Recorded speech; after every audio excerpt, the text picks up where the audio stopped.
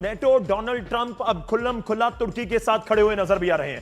F-35 को लेकर उनके बयान ने इजराइल को बहुत बड़ा झटका दिया, लेकिन यह सब कुछ उस समय हो रहा था जब तक यह डील स्टैंड कर रही थी।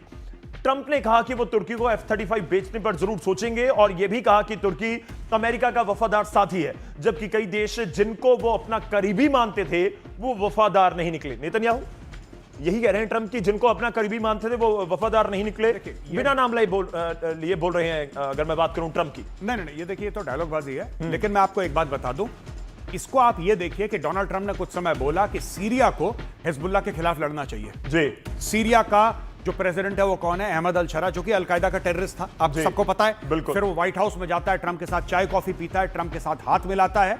अलकायदा का टेररिस्ट इस समय सीरिया का प्रेसिडेंट है, ठीक है। और सीरिया के प्रेसिडेंट को कौन लेकर आया? That was a Turkish intelligence operation. वो टर्किश इंटेलिजेंस था। टर्किश इंटेलिजेंस ने पूरा फ्रेम करा इस चीज को, उसमें अमेरिका की दखलंदाजी थी। देखिए, अगर आप मैप देखेंगे ना, आपको पता लग जाएगा इजराइल, इजराइल के बाद सीरिया, सीरिया के बाद इराक और इराक के बाद ईरान। एक लाइन में है सीधी, मतलब इसमें ज्यादा दिमाग लगाने की जरूरत नहीं है। आप गूगल पे जाइए, मैप खोलिए, आपको गेम अपने आप पता लग जाएगा। आपको नहीं लग रहा कि ये नए साथी बहुत करीब नजर आ रहे हैं? तस्वीर दिखाइए एक बार पूरी स्क्रीन के ऊपर, अगर दिखा पाए, जो एर्दोगन के साथ नजर आ रहे हैं। देखिए ये तस्वीर, हम साथ साथ हैं, कोई एक तरह से बढ़ रहे हैं आगे, बाजू में बाजू डालकर। कुछ नहीं, ये टेंशन दे रही होगी नेतन्याहू को। मुझे देखिए, नेतन्याहू को टेंशन दे ना दे, मेरा वो कंसर्न नहीं है। मैं सिर्फ ये कहता हूं कि जब ट्रंप को इस्तेमाल करना होता है तो वो नए नए टिश्यू पेपर लेकर आता है। ऐसी फोटो कुछ दिन पहले हमने देखी थी ट्रंप और आसिम मुनीर की व्हाइट हाउस में। माय फेवरेट फील्ड मार्शल कहते नहीं थकता, माय फेवरेट फील्ड मार्शल। ये देखो सामने बैठा है फील्ड मार्शल, ये देखो कैसा फील्ड मार्शल। पिछली बार कब आपने सुना डोनाल्ड ट्रंप को ये कहते हुए कि मेरा फेवरेट फील्ड मार्शल है? दूध में से जैसे मक्खी होती है, निकाल के कोने में फेंक दिया, राइट।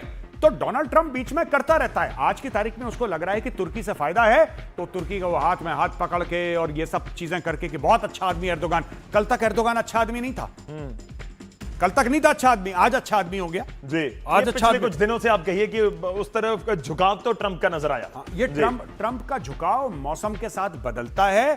कल आसिम मुनीर था, आसिम मुनीर का इस्तेमाल करके, पाकिस्तान का इस्तेमाल करके डस्टबिन में डाला टिश्यू पेपर, जी, राइट। अब तुर्की आया है, तुर्की का इस्तेमाल करके डस्टबिन में डालेगा। ये करता रहेगा, साइकिल चलता रहेगा। और मैं पाकिस्तान की ओर रुख करता हूं, लेकिन जब डील हुई तो पाकिस्तान बहुत अपने आप को बड़ा दिखाने की कोशिश कर रहा था। आप अब क्या समझते हैं इस्लामाबाद टॉक्स को लेकर? मेजर गौरव आर्या, देखिए मैंने डे 1 पे आपको क्या बोला? मैंने बोला कुछ होने जाने वाला नहीं है। आप जाके पुराने एपिसोड दोस्तों यूट्यूब पे देख सकते हैं। मैंने तब भी बोला था डे 1 पे कुछ नहीं होने वाला, सब फर्जी वाला है, 420 है। ये दोगलापन चल रहा है, पाकिस्तान का इस्तेमाल हुआ है। पाकिस्तानी इस गलत फहमी में है कि दैट दे मैटर। पाकिस्तानियों को अपने बारे में गलत फहमी है कि उनके होने ना होने से कुछ फर्क पड़ता है। डोनाल्ड ट्रंप को एक जगह चाहिए थी जिसको डोनाल्ड ट्रंप 100% कंट्रोल कर सकता, वो जगह पाकिस्तान थी। डोनाल्ड ट्रंप कतर को इन्फ्लुएंस कर सकता है, डोनाल्ड ट्रंप कतर को कंट्रोल नहीं कर सकता। कंट्रोल वो सिर्फ पाकिस्तान को कर सकता है। उसने पाकिस्तान को कंट्रोल किया, और मैंने पहले ही बोला था, इसी शो पे बोला था, शुरू होने से पहले फेल हो जाएगी इस्लामाबाद टॉक। फेल हो गई, ठीक है ना? बिल्कुल। अब दोबारा देखिए, बहुत सारे लोग ये भी बात कर रहे थे कि भारत ने क्यों मध्यस्थता करने की कोशिश नहीं की। नहीं, अच्छा हुआ जी, अच्छा हुआ। और ये भी मैं कब से कहता चला आ रहा हूं, जब से लड़ाई शुरू हुई है, भारत को इस फर्जीवाड़े में नहीं पड़ना चाहिए। And I salute both prime minister Modi and also foreign minister doctor Jaishankar. बहुत अच्छा काम करा। इस चक्कर में दोनों एक दूसरे को मिसाइल मारते हैं, मारने दीजिए।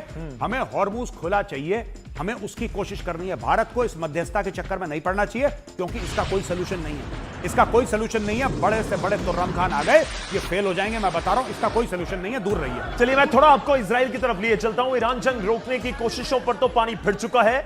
ऐसे में सवाल खड़ा हो गया कि लेबनान डील कितने दिन टिकेगी।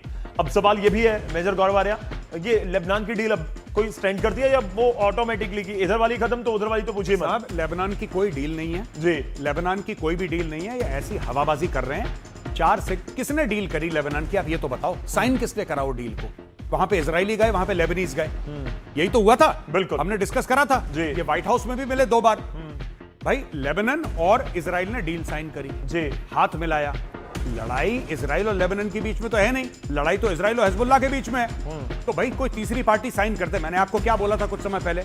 भाई अगर आप मुझे अपना घर बेच रहे हैं तो घर आपका तो होना चाहिए ना फर्स्ट प्लेस। आप किसी और का घर तोड़ना बेच देंगे। जी, मतलब आपको लग रहा है कि वो तो लोग ये भी जानना चाहते होंगे कि इजराइल का अब जो अभी तक जो फ्रंट नजर आ रहा था कि इजराइल लेबनान में अंदर बढ़ रहा है जी, और वो एक पूरी येलो लाइन की हम बात करते हैं लगातार जी, कि हिजबुल्लाह को पीछे धकेल रहा है। हाँ। तो अब ये समझा जाए कि इजराइल का एक पूरा मोर्चा ईरान की तरफ भी खुल सकता है, यानी कि इजराइल से कोई मिसाइल जाएगी और वो हो सकता है कि ईरान की तरफ का रुख कर ले, देखिए, कि तेहरान जाए, मशहद जाए, कहीं भी जाए। नहीं, मुझे ऐसा लगता है कि अगर आपको मिसाइल खेलना है या ड्रोन खेलना है तो इससे होने जाना वाला ज्यादा कुछ नहीं है। आप कुछ और ईरानियों को मार देंगे, ईरानी इजराइल के ऊपर बम मार देंगे, ईरानी फिर यूएई कतर के ऊपर मार देंगे और यह सिलसिला चलता रहेगा।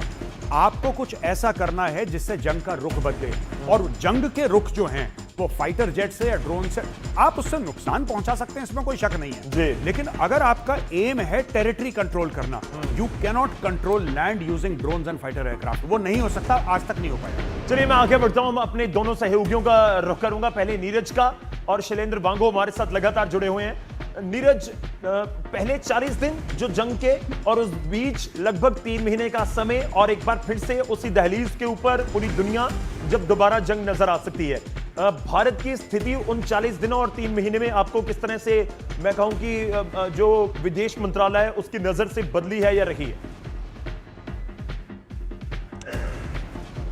देखिए, चिंताजनक से चुनौतीपूर्ण के तौर पे हो गई थी, और बीच में जो अभी 21 दिनों का ये MOU था और उसके पहले 8 अप्रैल से लेकर अब तक संघर्ष विराम का जो वक्त था, उसमें भारत सरकार की स्थिति थोड़ी मजबूत हुई है, खासकर ऊर्जा संकट और भारतीयों के कल्याण के मामले में जो यहाँ वहाँ इस वक्त हैं। लेकिन भारत सरकार की चुनौती ऊर्जा संकट को लेकर गौरव लगातार बनी रहेगी, और अगर युद्ध की शुरुआत होती है तो वहाँ जो करोड़ों लाखों भारतीय और करोड़ों 1 करोड़ से अधिक भारतीय खाड़ी के देशों में रहते हैं, वो भारत के लिए एक चिंताजनक रहेगा, और ये चिंता भारत की हमेशा रहेगी। अब से थोड़ी देर पहले विदेश मंत्रालय के एक अधिकारी से हमारी बातचीत हुई है, उनका कहना है कि थोड़ी देर में स्टेटमेंट आ सकता है, लेकिन कितनी देर में आएगा उसके लिए थोड़ा इंतजार करना होगा। और पहले बताया था आपको कि 15 जहाज करीब, आंकड़ा जो है अपडेट हो गया होगा, लेकिन 1-2 दिन पहले तक 15 जहाजों ने स्ट्रेट ऑफ हॉर्मुज को पार किया था, और कुछ जहाज है अभी भी फंसे हुए हैं। चलिए उम्मीद करते हैं कि वो 15 जहाज भी आए और लगातार वहां से जहाज निकलते रहे, जो भारत के लिए आप कहिए कि बहुत जरूरी भी है। शैलेंद्र,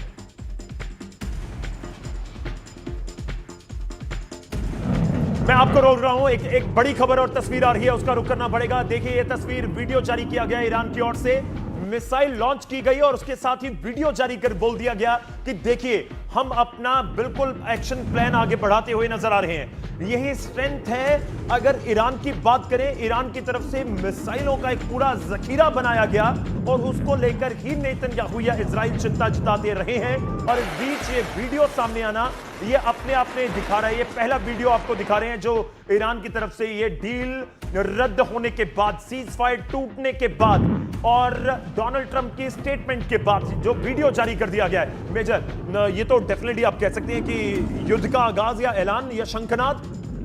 ऐसा कुछ नहीं है, मिसाइल फायर हो रही है इस इलाके में। तो पिछले आप 3-4 महीने में देखें कितनी बार मिसाइलें फायर हुई हैं जी। तो ये ठीक है, उन्होंने अपना एक, आप एक प्रेस नोट टाइप का समझ लीजिए इसको। एक इनका प्रेस नोट है कि जी हमने, चेतावनी भी तो है ना कि आप देखिए हम चला भी रहे हैं और दिखा भी रहे हैं और समझा भी रहे हैं। नहीं तो आज से चला रहा है ईरान, तो बहुत पहले से मिसाइल चला रहा है, तो कोई नई बात नहीं है। This is nothing new. ठीक, हाँ वो देखने में अच्छी लगती है टीवी पे कि देखो मिसाइल जा रही है। जी शैलेंद्र, आप 20 सेकंड में अपनी बात रख सकते हैं।